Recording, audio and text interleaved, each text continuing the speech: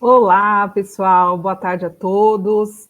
Bom, estamos aqui numa tarde chuvosa aqui em São Paulo e a gente veio falar sobre um assunto tão importante, né? Então, a gente vai aproveitar aí nosso último dia do mês de janeiro, estamos aqui no dia 31 de janeiro para falar sobre o Janeiro Branco, né? E a campanha do Janeiro Branco vem exatamente para a gente falar sobre saúde mental. E aqui hoje a gente vai ter como convidado o Dr. Pedro Shiozawa, também nosso especialista aqui da Jungle, somos de uma consultoria de saúde mental no ambiente de trabalho, e ele vem aqui contar um pouquinho para a gente algumas estratégias para prevenir o burnout nas organizações. Boa tarde, Pedro. Oi, Como vai? Cíntia, tudo bom? Bom estarmos juntos aqui. Pessoal, quero agradecer imensamente a todo o nosso time da Django, ao nosso ecossistema da Great People e a cada um de vocês que achou uma brecha aí nessa agenda corrida de quarta-feira para falarmos sobre saúde mental. Então, muito obrigado aí pela presença de todos. Obrigado aí, Cíntia, por estar conosco também. Joia. Pedro, vou começar te fazendo uma pergunta. Quando a gente fala de saúde mental no trabalho, acho que tem muitas pessoas que têm ainda dúvidas sobre como abordar esse assunto, né? Então, eu queria que você falasse um pouquinho do que significa falar de saúde mental no trabalho e quais são as nossos principais desafios aí para falar sobre esse assunto nas organizações. Perfeito, né? Cíntia, olha, acho que algumas coisas que a gente precisa pensar, né? Depois eu vou querer ouvir muito de você também, nossa rede de consultoria. Mas eu acho que um tema muito importante, eu tenho dito isso em várias empresas, é que nós não estaríamos aqui fazendo esse webinar ou falando sobre o tema há 10 anos atrás. Não porque saúde mental ficou um tema importante, sempre foi um tema importante. Mas a gente não tinha muito a entrada social para falar, a atenção, o olhar para essas questões. Eu sempre digo que há 20 anos atrás estaríamos todos fumando aqui. E hoje, se você acender o cigarro, acho que dispara o alarme aqui, sei lá o que acontece. Bom, lembrar que a gente fumava em avião, em restaurante, não é? E hoje isso mudou, né? O que aconteceu? Só agora a gente sabe que o cigarro faz mal? Não, a gente sempre soube que o cigarro faz mal em maior ou menor grau. As informações foram ficando mais claras. E, sobretudo, o nosso comportamento foi mudando porque práticas foram sendo colocadas, né, incentivos foram sendo colocados para a promoção de saúde. Pequenas coisas, né? Estou dando exemplo do cigarro, mas tem outros como cinto de segurança e outras coisas. Mas você ia comprar uma mesa, né? Todo mundo que tem aí mais de 40 anos lembra, tinha um cinzeiro na mesa, né? O carro vinha com acendedor de cigarro. Hoje o carro não vem com acendedor de cigarro. As coisas vão mudando, né? As práticas vão mudando. E a gente vai se adaptando. Estou dizendo tudo isso, Cintia, porque essa primeira questão que você traz, eu acho fundamental, porque por mais que cada um de nós aqui, né, tenha um contato, esteja numa empresa onde saúde mental é uma prioridade, o tema é tabu em quase 80% do mundo corporativo. E, para além dos muros do mundo corporativo, o tema é tabu na casa das pessoas, né? A gente ouve coisas do tipo, se esforça, isso é falta de boa vontade, né? Melhora essa cara. A gente ouve das coisas mais absurdas por aí. Tem uma barreira social a ser vencida, e será vencida. Então, acho que o primeiro grande desafio que a gente tem ao falar de saúde mental é entender que o tema é um tema dificultoso ainda, é um tema que pode enfrentar uma certa resistência pessoal, familiar. E é algo que eu acho tão interessante, porque é uma mudança que a gente está vendo dos negócios, do mundo corporativo para a sociedade. Muitas pessoas, empresas que nós temos trabalhos, dizem assim: nossa, depois daquela apresentação que falou sobre ansiedade, eu vi que minha mãe tinha um quadro assim. Nossa, eu vi insônia podia ser um sinal de alerta e vi que meu filho tem uma coisa assim. Então, são informações que a empresa traz que vão para além dos muros da empresa. Mas é um tema ainda muito sensível, né? A Cíntia, para quem não sabe, pessoal, eu sei que está estudando psicologia, uma entusiasta da neurociência, e sabe hoje, né, que quando a gente fala, eu sou psiquiatra, você é psicólogo e tal, hoje as pessoas não saem correndo mais quando você fala isso. Mas existe um tabu social, existe uma resistência. E a boa notícia, né, Cíntia, é que isso está mudando e não vai parar essa mudança. Falar sobre saúde mental, não acho o gestor de RH que é modismo, não é. Uhum. Tem vários estudos que mostram que as pessoas, as populações, no ambiente de trabalho, quanto mais jovens, mais preocupadas com o tema estão. E essas pessoas mais jovens vão, daqui a pouco, perfazer toda a totalidade das faixas etárias dentro da empresa. Então, o que eu quero dizer é que essa mudança cultural está acontecendo. E para todo mundo aqui que é gestor de gente, né, do time de people, de pessoas, vocês estão dentro de um processo de mudança cultural. Todo mundo que já trabalhou como DP, virou RH e hoje é time de people, hoje o foco está nas pessoas. E a gente aprendeu isso na pandemia, né, Cintia? Tipo, todo mundo vai para casa, se vira, home office, trabalho híbrido, etc. Mas as pessoas estavam em evidência. E aí, eu queria aproveitar essa provocação toda e te fazer uma pergunta, devolver uma pergunta, que é o seguinte, né? Muita gente acha que, ai meu Deus, eu tenho um sintoma das duas uma, né? Então, ou não é nada e eu normalizo, ou eu tenho que tomar um remédio, né? Como que você vê isso? Você acha, né, que você tem visto no contato com as empresas, na psicologia, as pessoas estão lidando como com sintomas, né? É normal estar ansioso? É normal tomar remédio? Como você acha que isso está acontecendo? Porque isso, com certeza, é um desafio que a gente está vendo aí dentro das empresas, né? Sem dúvida, Pedro. E além de a gente enfrentar esse estigma, esse desafio nas organizações, eu acho que hoje a nossa maior dificuldade é a desinformação, né? Então, muita gente que ou sente algum tipo de sintoma ou está passando por algum desafio, prefere buscar, né, a internet como apoio do que um médico, um especialista, um psicólogo, né? Então, sempre que a gente está falando desse tema, desse assunto, a gente se esbarra muitas vezes em pessoas que não conhecem o tema a fundo, né? E acabam fazendo diagnósticos pela internet, testes, e acaba sendo acho que um grande atraso no tratamento e na cura, né, e na melhora aí enfim, das pessoas em geral, né? Tanto dos colaboradores, líderes e dos próprios familiares, né? Pedro, eu estava vendo ontem um documentário, né, sobre saúde mental na adolescência, né? E a gente está, como você comentou, as novas gerações, e também depois vou te fazer uma pergunta com relação a isso, né? Porque as novas gerações vão vir para o mercado de trabalho e elas vêm com uma demanda muito maior nesse sentido, né? O documentário que eu estou me referindo, que eu assisti ontem, sobre a necessidade hoje que a gente tem de quebrar essas barreiras dentro das empresas e principalmente nas famílias também, né? Porque os adolescentes acabam não buscando ajuda por medo, receio, né? Então, poxa, o que vão falar de mim lá na escola? O que meu pai vai pensar se eu disser que estou ansioso? Né? Então, vou demonstrar alguma vulnerabilidade, alguma fraqueza. E hoje, infelizmente, o suicídio é a segunda maior causa de morte dos adolescentes nos Estados Unidos. Então, esse é o tamanho do problema, né? E a gente não pode mais esconder esse problema ou deixar, né, debaixo do tapete. Isso vai aparecer nas nossas famílias, e isso vai aparecer nas nossas organizações também, né? Por isso que é tão importante a empresa ser um lugar facilitador desse conhecimento.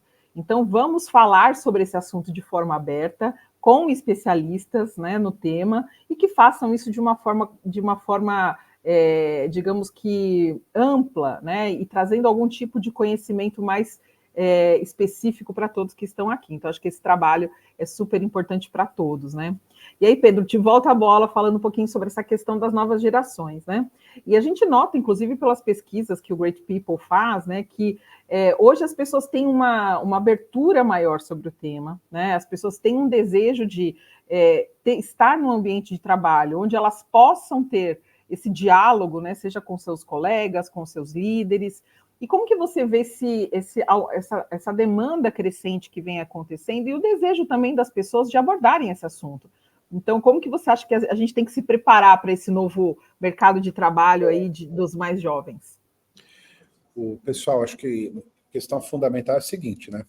Gostando ou não gostando do tema, todo mundo vai se deparar com ele. Então, assim já disse, não estou jogando praga em ninguém, mas você com certeza no ambiente de trabalho vai lidar com alguém que tem um sinal, um ruído emocional. Vou dar um exemplo. Um estudo recente mostrou, se você sair agora na rua e perguntar para a primeira pessoa que cruzar seu caminho, você se sentiu mais ansioso nas 2 últimas semanas?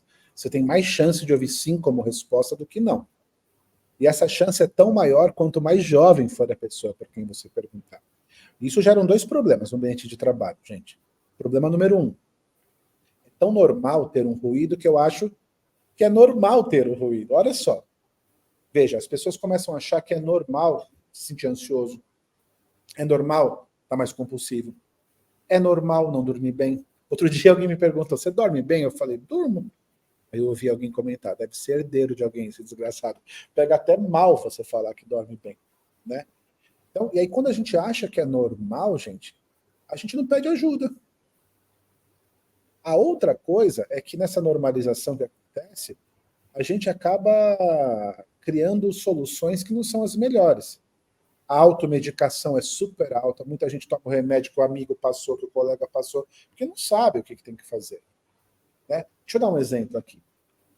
Eu vou falar para vocês, pessoal, 3 ou 4 sintomas que são muito comuns da gente ter, né? Se a gente está passando por alguma sobrecarga ou se a gente está no momento mais tenso da nossa vida.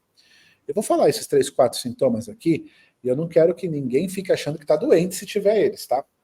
Mas são sinais, por exemplo, que o seu corpo dá, que você pode estar mais ansioso, que você pode estar no momento mais de sobrecarga. Por exemplo, falha de memória. Quem aí não tem falha de memória, gente? E aí eu tô falando isso, Cíntia, porque, por exemplo, falha de memória, um sintoma muito comum de alguém que está mais sobrecarregado. A principal causa de falha de memória hoje no mundo organizacional é multitarefa. É fazer várias coisas ao mesmo tempo. Como a gente faz várias coisas ao mesmo tempo, a gente acaba não fixando nenhuma delas, a gente acaba não prestando atenção em nenhuma delas. E aí a pessoa acha mais óbvio, por não saber disso, tomar um remédio para prestar mais atenção, ou sei lá o quê, do que parar de fazer multitarefa. Segundo exemplo, problema com sono, que eu estava dizendo, né? A pessoa tem dificuldade para pegar no sono. Quem aí tem dificuldade para pegar no sono, né? Ou aquelas pessoas aqui que acordam às 3 da manhã e não dormem mais, né? Sempre às 3 da manhã, né? Depois eu conto por quê. Mas a ideia é, a principal causa de insônia, gente, é má higiene de sono. É deitar com o celular, ficar vendo TV na cama. 1h30 antes de dormir, a gente não devia mexer no celular. E a gente vai mexer no celular com ele ligado na tomada que a gente instalou do lado da cabeceira para conseguir dar o fio que é pequenininho, não é? Então eu falo que a gente, às vezes, não percebe que alguns comportamentos levam aos sintomas, e aí a gente acaba medicalizando algumas coisas onde o foco deveria estar em outro lugar. E aí eu concordo com você, as empresas têm um papel fundamental no que diz respeito à promoção de saúde, né, investir nas suas lideranças e nos seus colaboradores, de trazer informações de qualidade. Mas se a gente for fazer a nossa lição de casa, gente, a gente tem um monte de coisa que a gente faz errado, né? Então, um outro sintoma, por exemplo, que a gente vê muito, é irritabilidade. O que a gente faz com irritabilidade? É normal estar irritado. Será que é normal? Sei lá, acho que não. No trabalho eu não estou irritado. Às vezes eu estou bem irritado. Mas não é normal. Então, o que eu quero dizer, gente, é a gente tem que tomar cuidado para não normalizar os sintomas. E se a empresa pode, por um lado, trazer informações de qualidade, ótimo. Mas, por outro lado, o mais importante é que ela crie um ambiente onde as pessoas que não estão bem possam levantar a mão e pedir ajuda. Acho que esse é o grande obstáculo hoje que as empresas enfrentam. Veja, deixa eu dar um exemplo. Um grande trabalho aí, recente, do ano passado, mostrou que metade dos colaboradores não pede ajuda porque tem medo de como aquilo vai chegar para o gestor. Mas quase 80% desses colaboradores gostaria que seu gestor desse o primeiro passo e falasse sobre o tema. Ou seja, saúde mental talvez é algo que venha de cima para baixo, porque as pessoas têm medo ainda de falar sobre o tema. E aí você imagina, às vezes eu não olho, eu vejo que o cara do meu lado não está bem, não está dormindo bem, está com cara de cansado, etc. Mas eu não falo nada porque eu tenho medo de ser invasivo. E com medo de ser invasivo, às vezes eu acabo negligenciando um tema. A Siri disparou aqui do lado, desculpa. Às vezes, com medo de estar sendo invasivo, eu acabo negligenciando um tema. Então, hoje, quando a gente pensa em saúde mental nas empresas, a gente não pode esquecer, né, que, assim como programas robustos, né, com informações de qualidade, não deve ficar apenas numa palestra, numa capacitação. A gente tem que pensar a saúde mental talvez como uma estratégia mais cultural, uma estratégia mais abrangente, né, para que a gente ajude a empresa e os colaboradores a estarem no ambiente onde eles podem pedir ajuda e onde eles saibam qual é o papel deles nesse processo. Acho que esse é um grande desafio. Né? Uhum. E aí, já que você me fez uma pergunta difícil, eu queria, né, devolver uma pergunta para um consultor, ou para quem está aí nos assistindo, pensar um pouco, lidando com pessoas, né? A empresa tem um papel, né? Um papel, claro, dos programas, mas tem um papel nosso também. E aí eu queria saber, a gente ouve falar muito de burnout, daqui a pouco eu falo um pouco sobre isso, mas essa coisa do engajamento, né? A pessoa está bem, crescer, isso depende só da empresa. Como você vê isso, né, nas empresas que a gente tem abordado? Como você vê essa questão do engajamento? Como a gente pode olhar para o engajamento e como que as pessoas podem perceber melhor o seu engajamento? Perfeito, Pedro. Eu acho que engajamento é um tema que a gente sempre aborda, né? Há muitos anos esse termo tem sido utilizado na busca que as empresas, né, enfim, as organizações no geral, vêm ali, né, procurando, né, uma fórmula, né? Como conseguir mais engajamento? A minha equipe não está, percebo que a minha equipe já não está mais tão engajada, o que está acontecendo? O que eu posso fazer? Então, acho que é uma busca constante, né, de todo líder, garantir que a sua equipe esteja bem, satisfeita, né, e engajada. Então, hoje a gente já sabe que tem algumas práticas, né, existem algumas práticas, algumas formas de trabalhar com as equipes e fazer com que elas se sintam mais engajadas no dia a dia, né? E os nossos estudos, né, Pedro, já comprovam que a neurociência já traz isso para a gente, né, que há formas de se fazer isso e proteger essas pessoas de um adoecimento mental numa organização, né? E acho que o principal deles é o reconhecimento. Então, é muito importante que a gente, como líderes, né, ou RH, enfim, qualquer que seja a nossa função numa organização, a gente pense no quanto o reconhecimento traz uma proteção emocional para as pessoas que estão trabalhando, né? Então, sempre que aquele esforço extra aparecer, né, sempre que aquela pessoa estiver dando um pouco a mais, é importante que a gente faça reconhecimento, né, a gente reconheça ali o valor de cada um, o valor do trabalho, o valor da presença, né? Eu acho que isso vale muito a pena, isso gera um engajamento, isso vai reverter positivamente na saúde emocional das pessoas, né? Então, muito mais do que a gente falar aqui de o que fazer quando a minha equipe, ou alguém da minha equipe está com burnout, acho que é como a gente pode prevenir o adoecimento, né? Então, acho que quando a gente fala de saúde mental no trabalho e começa a quebrar esses estigmas, a gente precisa pensar o seguinte, legal, então o que eu preciso fazer? O que está faltando aqui? E aí tem a nossa responsabilidade, né? Eu acho que é o autocuidado, a alta responsabilidade e a responsabilidade de cada um na organização, né? Então, seja a sua função como líder, seja um par, seja o RH, a gente tem um papel fundamental, né, na criação desse ambiente que todo dia precisa estar saudável, né? E a nossa responsabilidade sobre isso também. Então, sempre tem aquela parte que cabe a nós, né? Então, conversar sobre o tema, né, buscar ajuda, né, falar sobre o que está incomodando, isso tudo precisa ser possível. Então, a gente precisa ter um ambiente, né, saudável emocionalmente, né? A gente tem que ter segurança psicológica para poder dizer quando não está bem, para pedir ajuda, né? E, obviamente, fazer isso também em prol da equipe, né? Então, às vezes, a gente vê que as pessoas querem carregar o mundo nas costas e, né, e fazer tudo e deixar, não, amanhã eu resolvo, depois isso, né, a famosa procrastinação, né? Depois eu marco uma consulta com um psicólogo, depois eu passo lá na equipe de saúde mental ali da empresa, eu vou buscar alguém para conversar, e quando a gente vê o problema já ficou agravado, né? Então, eu acho que é super importante que cada um tenha consciência, né, do que é importante para si, que esse ambiente seja saudável para que as pessoas possam se expressar naturalmente. E, Cíntia, eu acho bem legal isso que você está falando, e eu estou lembrando aqui de uma das coisas que a gente preconiza, né, muito aqui na Django, que os estudos mais recentes, pessoal, da neurociência, têm chamado a atenção para uma questão fundamental, né? A Cíntia está comentando, né, a importância do nosso papel, fazer a nossa lição de casa, né? Deixe sua terapia em dia, né, invista na sua inteligência emocional. Daqui a pouco eu dou algumas dicas do que você pode fazer no dia a dia, mas faça a sua parte. Mas a empresa também tem que fazer a dela. E aí, uma das coisas que a gente aprendeu, pessoal, acho que isso é super importante, vários trabalhos que têm olhado para as organizações, adoecimento, turnover, etc., descobriram que o principal responsável pelos desfechos negativos organizacionais, estresse, ansiedade, burnout, chance de sair do trabalho, turnover, etc., os principais, né, ou o principal agente responsável por isso não é a falta de ferramental, de dedicação ou de autocuidado do colaborador. Sabe qual é, gente? É a toxicidade organizacional. E aí eu falo que isso é importante, porque com raras exceções, ninguém acorda e fala como eu vou ser tóxico hoje, né? Eu quero dizer, gente, que a toxicidade normalmente vem de comportamentos que a gente não sabe que são tóxicos. E aí tem um problema de estar com um problema na mão.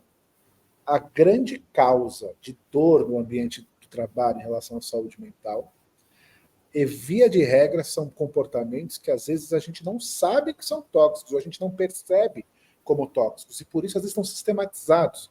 Deixa eu dar um exemplo. A gente está aqui numa consultoria de saúde mental. Eu vou dar um exemplo meu. Eu já mandei mensagem para o time de domingo, porque eu lembrei de um negócio que eu falei, putz, não posso esquecer disso, e mandei no WhatsApp. Quem aqui nunca usou o WhatsApp como agenda? A gente está super preocupado com o tema, a gente trabalha com isso, mas às vezes uma prática acabou com o domingo de muita gente, que também perdeu o sono, porque tinha que pensar naquilo, etc.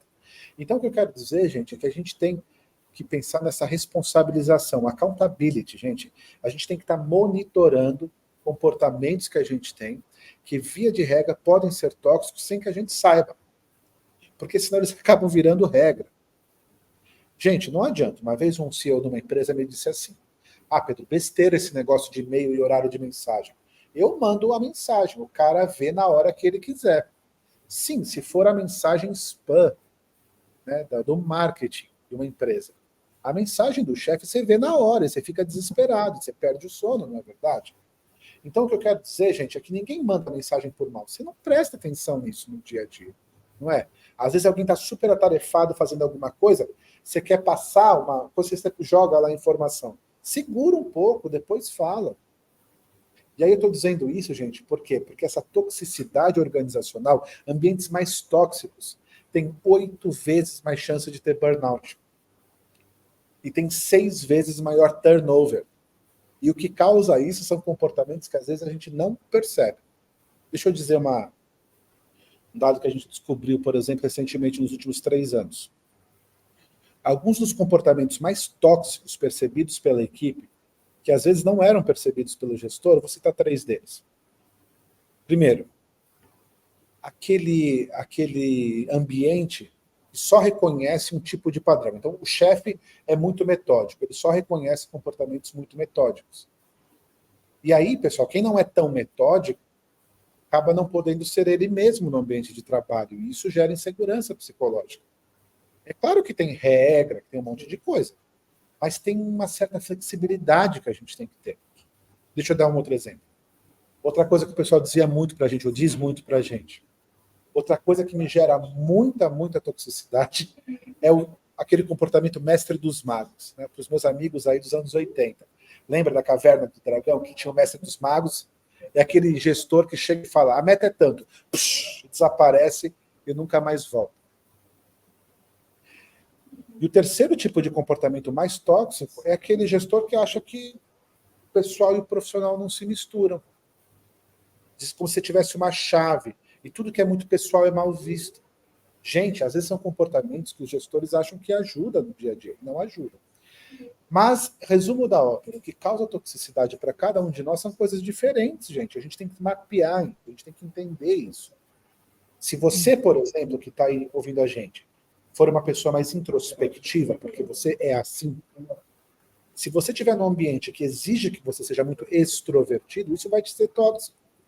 E às vezes a gente acha que tem que mudar tudo o tempo inteiro, e a gente não tem que mudar o tempo inteiro. Então, não tem uma regra que sirva para todos. Eu acho que um grande pilar do que as empresas têm que fazer, pensando em promover saúde mental, é entender que pessoas diferentes têm demandas diferentes e que essa flexibilização ajuda. Um exemplo disso é, por exemplo, o trabalho híbrido, pessoal. Meus amigos de RH que estão aqui, lembra quando começou a pandemia? Não tinha um quebra em caso de pandemia, um manual que você seguiu. A gente não sabia o que fazia. Aí vai todo mundo para o home office. E aí ninguém sabia o que tinha que fazer. Foi uma bagunça. Agora ninguém volta para o presencial 100%. Né? As coisas vão mudando. E o híbrido funciona bem por isso, porque atende 2 grandes demandas. Tem gente que prefere presencial, tem gente que prefere remoto e assim por diante. Se você está em um trabalho 100% remoto ou 100% presencial, você sabe do que eu estou falando. Tem gente com dores, você não vai agradar todo mundo.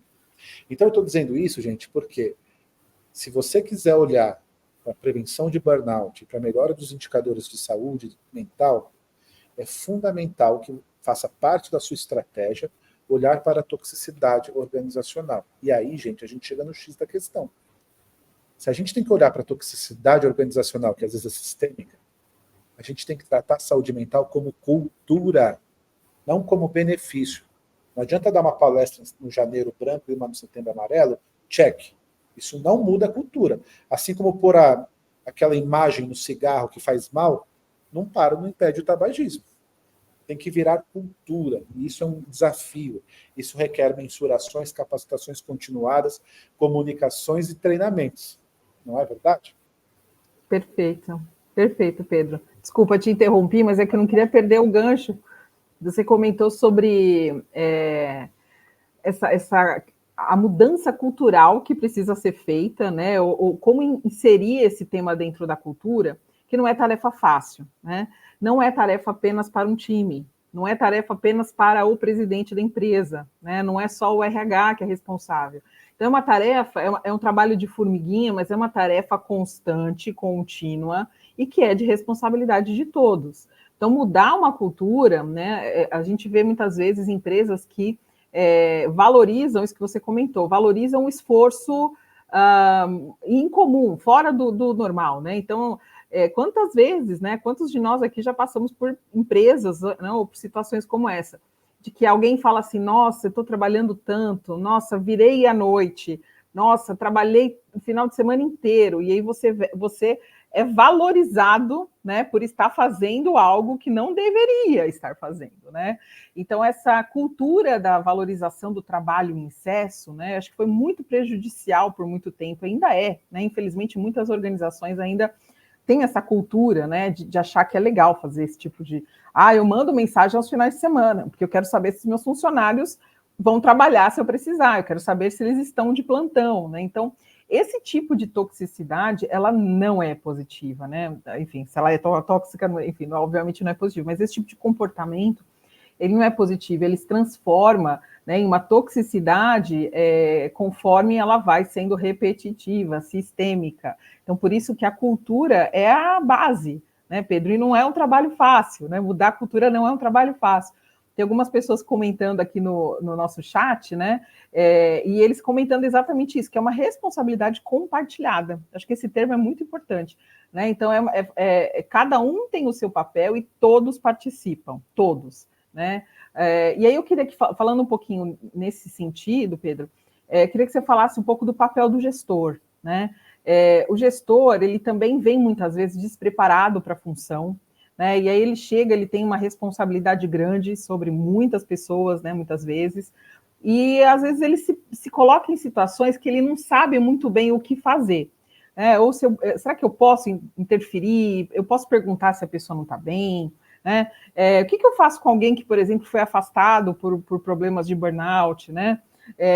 Quando ele voltar, eu faço o quê? Não passo mais projeto, pego leve, o que eu faço? E aí os líderes nos ligam e falam, doutor Pedro, o que eu faço quando esse colaborador voltar? Eu queria que você explorasse um pouquinho com a gente como os gestores podem estar preparados, né? E podem ajudar a equipe a criar esse ambiente aí seguro para todos. Cíntia, então a gente sempre fala, sobra para o gestor, né? Mas não é. É porque saúde mental, pessoal, se você está pensando em colocar um programa na sua empresa, já saiba, tem que ser de cima para baixo, não funciona de outro jeito. Porque senão a primeira pergunta que um colaborador diz é, meu chefe sabe disso? Eu estou fazendo um treinamento, mas eu vou poder pedir ajuda? Então tem que ser vivenciado como cultura, não adianta, pessoal. E aí, eu estou falando isso porque quando você pensa no papel do gestor, parece que tipo, agora ele tem mais uma coisa para fazer. Então, além de cara que tem que garantir as metas, que tem que capacitar a equipe, que tem que fazer o plano de carreira do pessoal, ele também tem que ser o psicólogo da equipe. Isso não é verdade. Ele vai ser o responsável por cascatear comportamentos. E aí, pessoal, é aqui que tem um ponto de atenção. Ele cascateia comportamento. Se para ele for besteira a saúde mental, esse valor cascateia para o time e o time se fecha. E eu estou falando isso, gente, por quê? Porque não adianta achar que é só porque é bonito falar de saúde mental. todos os trabalhos mostram que ambientes com mais segurança psicológica, ambientes que têm melhores índices de bem-estar emocional, são ambientes com mais colaboração, com menos turnover, com mais produtividade.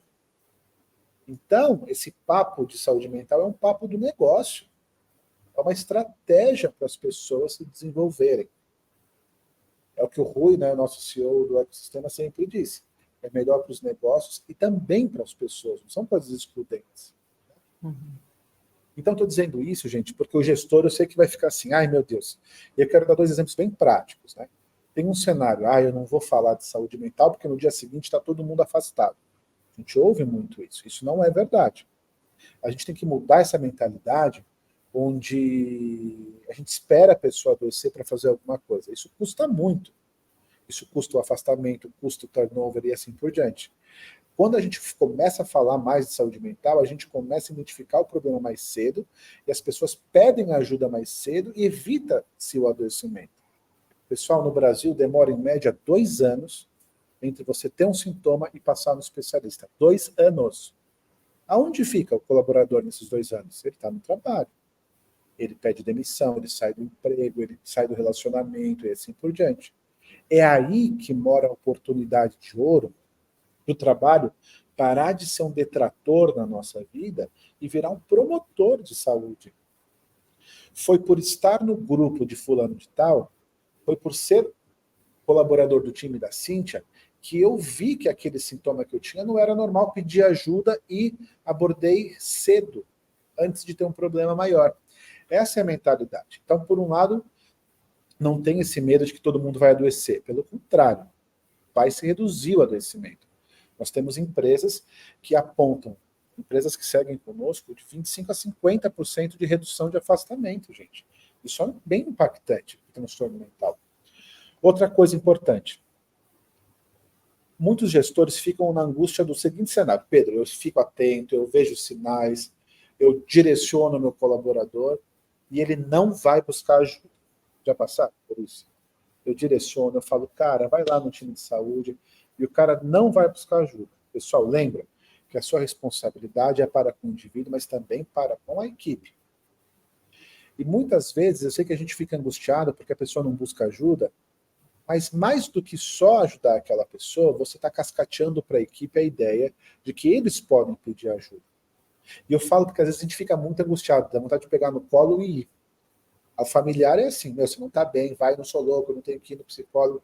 Tem essas conversas. Mas saiba que você tem a sua parte, tem uma parte que também é do colaborador.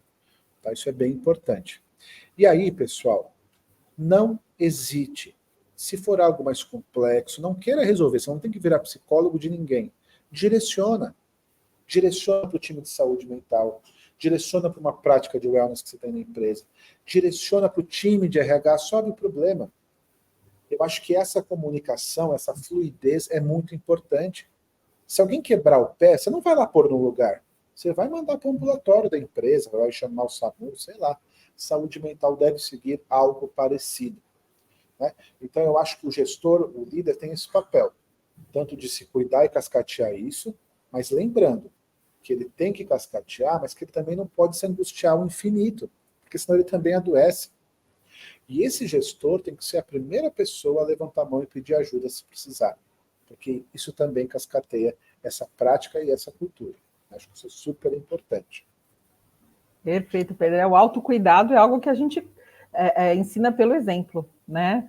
E aí, falando desse tema específico, né, de como a gente se cuida e cuida da equipe, queria entrar no tema do burnout, né? A gente está aqui para falar um pouco das estratégias de prevenção, e eu acho que, e até trazendo um pouquinho do que a gente falou no início, a gente tem muita desinformação, né? Tem gente que ainda acha que o burnout é uma doença, né? Não é uma doença é contagioso, doutor Pedro? Conta pra gente aí, o que é o burnout? Pô, isso aí é uma polêmica, né, pessoal? Primeira coisa importante, o trabalho pode adoecer. Ponto. Ninguém questiona isso. Mas o trabalho também protege, gente. A gente não pode esquecer disso. A gente soube disso, por exemplo, na pandemia. Pessoas que estavam empregadas na pandemia tiveram desfechos mais positivos. O trabalho nos dá sobrenome, endereço, possibilidade de fazer nossos projetos. Né? mas ele pode adoecer. Então ninguém fala contra esse fator. Mas a questão é que o burnout não é uma doença, ele está no Código Internacional das Doenças como um fenômeno, uma condição relacionada ao trabalho. Mas ele pressupõe excluirmos doenças como depressão, ansiedade, transtorno do ajustamento e outros problemas. Hoje as pessoas têm falado, tem um sintoma emocional e meu trabalho me estressa, pronto, isso é burnout. Isto não é verdade. O que não significa que o seu trabalho não te estresse ou que ele não possa induzir sintomas. Significa que burnout é outra coisa. É uma síndrome com características que devem ser observadas e tem um protocolo de avaliação para se chegar, né, nessa possibilidade, inclusive afastando-se outros transtornos que têm tratamentos específicos. Mas hoje, gente, virou quase um sinônimo de tenho sintoma ansioso e não gosto do meu trabalho me estressa. Isso é bem frequente, e aí tem estatísticas de 50%, né, de algumas profissões com burnout. Então eu quero dizer, pessoal, que mais do que pensar se o seu trabalho te estressa ou não, vamos pensar por que isso acontece. E eu digo isso, gente, porque tem coisas que a gente controla e tem coisas que a gente não controla. E às vezes a gente não faz nada do que a gente controla. Por exemplo, um amigo meu me disse uma vez assim, você sabe que eu nem ligo para o trânsito de São Paulo, ele gasta 1h30 para ir para o trabalho e 1h30 para voltar. Eu nem ligo para o trânsito porque eu vou ouvindo audiolivro. Gente, se você usa o trânsito para relaxar, tem algo errado na sua vida. Então eu quero dizer que a gente tem que fazer nossa lição de casa também. A gente tem que revisitar os nossos relacionamentos, a nossa espiritualidade, os nossos hobbies, as nossas práticas, né, os nossos hábitos saudáveis. Tem que ser revisitado isso, porque senão o trabalho vira um grande vilão. A gente escreveu agora, eu tive a oportunidade de escrever com a nossa querida amiga Dani Diniz, da Great Place, um artigo que se chama A Síndrome do Harry Potter, que é isso. A gente fica lutando contra um grande vilão e esquece de olhar para outros problemas que a gente tem na vida que devem ser endereçados. Pessoal, se você não tem um hobby, não tem um momento para você, se você não é a principal pessoa na sua vida, se seus relacionamentos estão uma droga, se a sua rede de amigos está restrita, o trabalho é mais um dos seus problemas, não é? Como você vai se sentir bem? Então a vida está bagunçada. Eu não estou falando que dá para resolver sua vida, mas eu estou dizendo que o trabalho é um dos fatores que a gente tem que olhar. Mas assim, a meta do trabalho é difícil. Tá, mas passou o Natal agora, não passou? O que você pôs de meta no seu Réveillon no Natal? Nunca fui na academia, vou virar lá a musa fitness do CrossFit, né? Nunca entrou na academia e põe uma meta absurda de vida. Você vai se frustrar, não é verdade? Então eu estou dizendo isso, pessoal, porque a gente tem que também fazer a nossa parte do negócio. Mas voltando, o trabalho pode adoecer, como quadros como depressão, ansiedade, etc. E o burnout existe. Mas não é porque você tem sintomas ansiosos, por exemplo, o seu trabalho é às vezes difícil ou tá complicado, que você tem burnout. Então, deve ser feito o diagnóstico por um especialista e a gente tem que lembrar que o burnout, mais do que um quadro que te limita, o que reduz o desempenho, é uma oportunidade para a gente revisitar o nosso funcionamento. Quero dar um exemplo. Recentemente, numa empresa, uma gestora pediu demissão porque ela queria ter um filho, um outro filho. Era o propósito da vida dela. Eu quero ter outro filho. O diretor dela me ligou e falou, Pedro, pelo amor de Deus, fala com ela porque ela não está bem, está tendo crises de ansiedade. Fui lá ver o que estava acontecendo. Olha qual foi a história. Ela queria sair da empresa para ter um outro filho. Esse mesmo diretor não me contou que deu aumento para ela não sair. Aí ela começou a ficar muito dividida, afinal de contas, agora ela tinha que decidir sair do emprego contra um salário muito alto. Aí o time dela se reuniu, fez uma festa e o tema da festa era: por favor, não vá embora, você é importante para nós. Aí ela começou a ter crise de ansiedade. Pessoal, o quadro de mal-estar, de sintomas ansiosos dela, não veio de um problema de um salário ruim ou de uma meta grande, veio de muito reconhecimento, veio de um desalinho de propósito. Olha, por exemplo, um cenário desse. Para resumir a história, ela saiu, teve filho, já voltou para a mesma empresa, está tudo certo. Mas se não tivesse saído, pessoal, isso ia gerar uma rachadura na vida dela que ia desengajá-la profissionalmente, não é verdade? Então eu quero dizer que essas relações são bem complexas. E a gente não pode reduzir tudo ao trabalho e ao estresse, não é verdade? Perfeito, Pedro. O burnout eu acho que é um tema extremamente amplo e a gente sabe que essas confusões, esse desconhecimento atrapalha bastante o tema, né? Mas acho que a gente tem evoluído, né? E hoje eu acho que o patamar que a gente se encontra em termos de obtenção de dados, né, de mapeamento, a gente consegue ter um pouco um monitoramento um pouco melhor, né? Mais próximo ali da realidade. E falando de algumas estratégias de prevenção, né, pensando em como a gente faz para prevenir, eu acho que muito a gente já trouxe aqui, e acho que essa autorresponsabilização, né, sobre o seu cuidado e o papel de cada um na criação desse ambiente saudável para todos, né, inclusive para a gente poder abrir e dizer, olha, estou com crises de ansiedade, preciso de ajuda, eu acho que é o começo, né, eu acho que é uma excelente base fundamental ali para a construção desse ambiente, né, de segurança psicológica. E também, obviamente, as práticas organizacionais, né? Então, transformar tudo isso, né, em uma cultura muito mais centralizada, né, no bem-estar do colaborador, é o que vai fazer a diferença, né? Então, vai fazer diferença para o colaborador, que vai ser, de fato, né, centro ali dos negócios, e para a empresa, que vai obter melhores resultados. Né? Então, ninguém trabalha bem doente. Né? Então, a gente sabe que isso tudo se reverte positivamente para o bem maior, para o bem de todos, né? Que é o bem da organização e o bem de cada colaborador. Né, Pedro? Não sei se você gostaria de incluir também algumas outras estratégias, né, ou outros exemplos, mas eu acredito que essa é a base, né? Esse é o fundamento aqui do que a gente acredita ser o mais importante numa organização. Isso, Cíntia, e assim, né, grandes empresas têm que falar, mas qual que é a prática que eu ponho? Não tem ainda uma regra que sirva para todos, assim como não tinha o manual quebra em caso de pandemia. Nós estamos construindo isso agora, e práticas que funcionam para uma empresa talvez não funcionem para outra. O que fica claro, pessoal, claro, é o seguinte, não basta ter benefícios. Olha que interessante. A gente sabe hoje que 8 em cada 10 profissionais de RH já tem saúde mental como um foco central, assim. Já tem, né, o foco de saúde mental, bem-estar emocional como um foco da sua estratégia. E a maior parte das empresas já tem alguma prática de bem-estar. Mas o burnout não reduz. Mas os indicadores de saúde mental às vezes não reduzem só pela preocupação.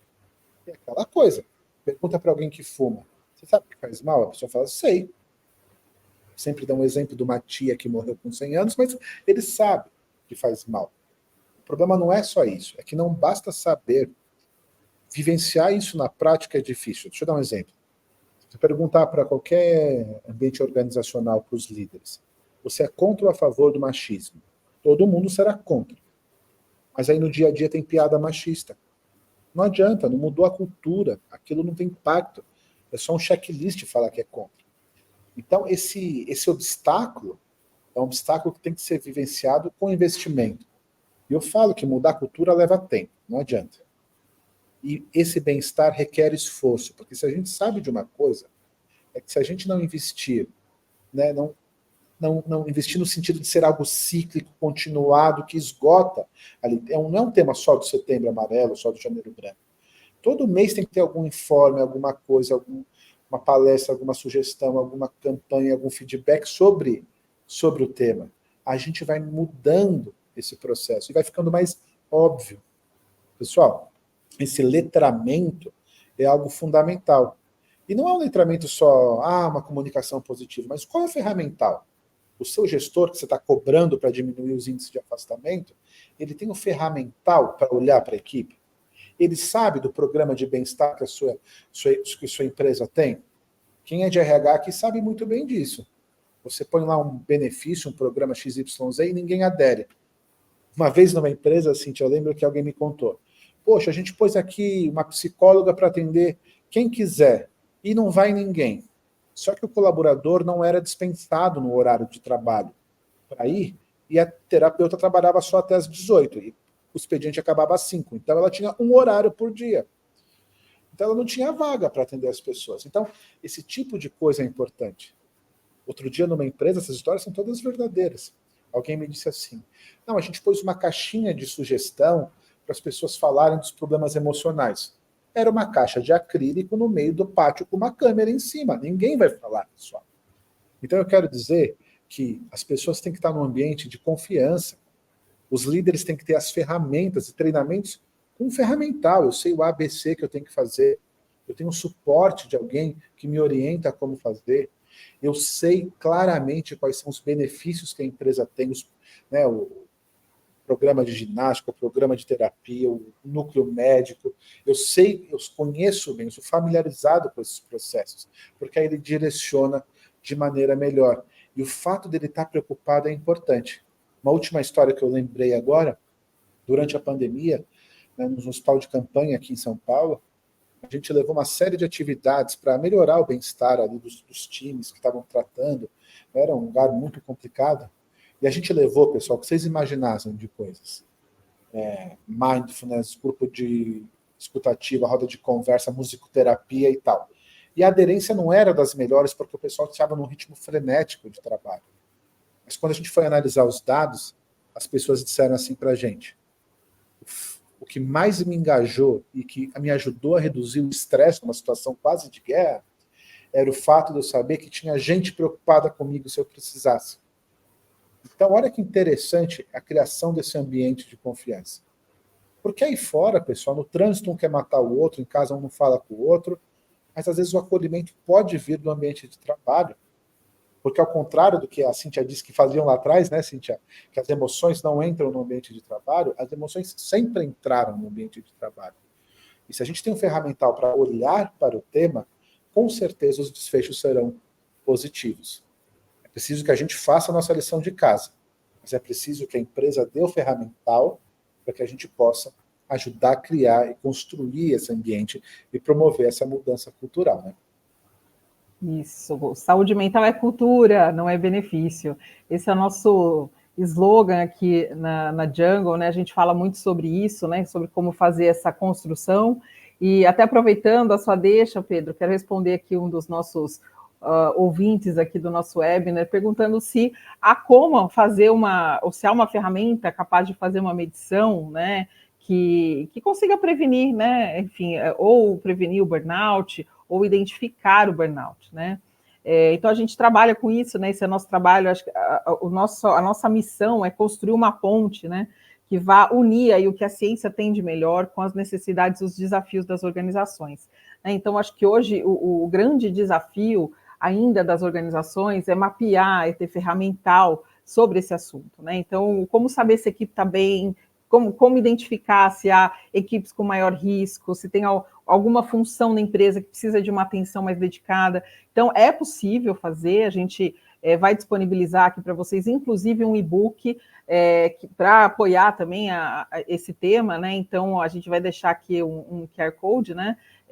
Para vocês todos fazerem aí o download de como apoiar a saúde mental da sua equipe. A gente vai também deixar aqui disponível as nossas redes sociais, o nosso site, onde vocês podem encontrar aí mais conteúdo. A gente sempre publica aí, enfim, tudo que está vigente no tema. Estamos sempre escrevendo. A gente tem nosso livro também, que nós lançamos aí há alguns meses, acho que há uns 3 meses, a gente lançou o último livro, que é o Trabalho Protege, que é um livro escrito aí há 10 mãos, né, Pedro? O trabalho protege, sim, o trabalho não é vilão, né? Então, como fazer com que a saúde mental das pessoas seja sempre muito apoiada e muito protegida no ambiente de trabalho. Então, convido a todos a conhecer mais sobre o que a gente também pode oferecer para vocês.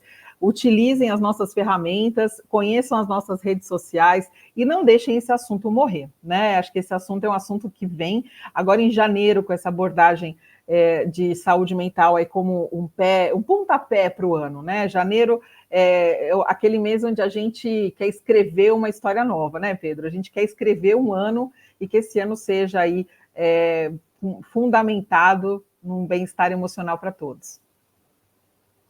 Super legal, Cíntia. Te agradeço aí imensamente pelo papo. Passou rápido, podia ficar mais um tempão aqui. Agradeço imensamente ao nosso time e a cada um das pessoas que está aqui presente, que está ouvindo, que já coloca a saúde mental como um tema importante no dia a dia. Essa é uma história que vai sendo escrita, mas com certeza é uma história de sucesso. Obrigado. Obrigada, Pedro. Obrigada a todos e até o próximo.